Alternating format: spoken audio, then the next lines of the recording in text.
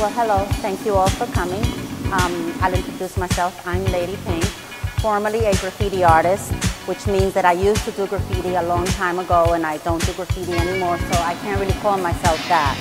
I started writing graffiti at the age of 15 in the late 70s, and I primarily focused on painting on the New York subways through the early 1980s. And that was an amazing feat to do for anybody, much less a teenager, much less a tiny little female trying to prove herself in the men's world, in the boys club per se. And I had to convince a lot of young men to take me into the train yards. I had to meet them in very dark alleys and scary places, and believe me, they parked the trains in the worst neighborhoods of New York City, all on the outskirts, in industrial areas, and that's what this painting is about. It's titled The Black Dude. And I'm certainly not picking on African American guys in any way. It could have been a person of any color. But being a 16-year-old, 17-year-old, weighing 90 pounds at 5'2", creeping around in a dark alley, going to meet my friends whose instructions are to meet me behind a dumpster down at the length of some alley or another where there's no light.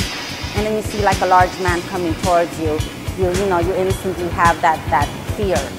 And that's what this is sort of, me about, standing there underneath a lamp, looking a little like a superhero, hoping I would feel like a superhero, but nevertheless, when some large man is coming at you and you're in a vulnerable position, you just get that instant fear and you kind of have to deal with it. Luckily, nothing bad ever happened to me creeping around subway tunnels or running around train tracks or dark alleys or anything like that, because I had the sense to have a posse of young men always traveling with me. But sometimes when I was alone, I did have to carry kind of a small weapon or something just so that I would feel a little bit safer.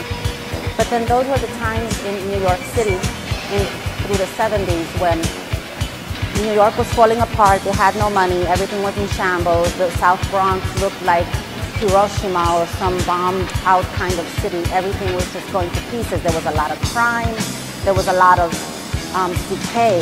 And everyone had lost hope, pretty much, until we saw these bright colors coming out of the South Bronx. They were on the sides of subway trains.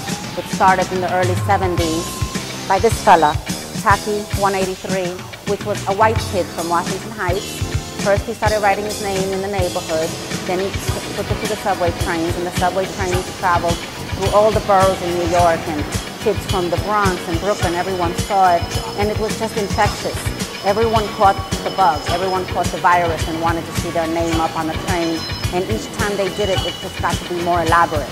First it was one color, simple straight letters, and then people got more fancy, they brought more colors, they added designs. And phase 2 was one of the originators of the bubble style, when everything got poofy and large, and it almost got unrecognizable. By the mid-70s, people like Tracy 168, who was in the show, had invented what's called wild style, interlocking letters, and they became all distorted and stylized.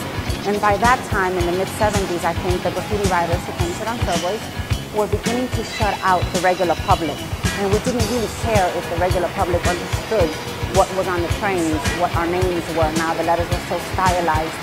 We were only doing graffiti just for each other, for ourselves, because we could decipher it and we can read it. And it became communication, almost like secret communication amongst ourselves. Who was hanging with who was going where, who was still painting, who came back after a long, retirement.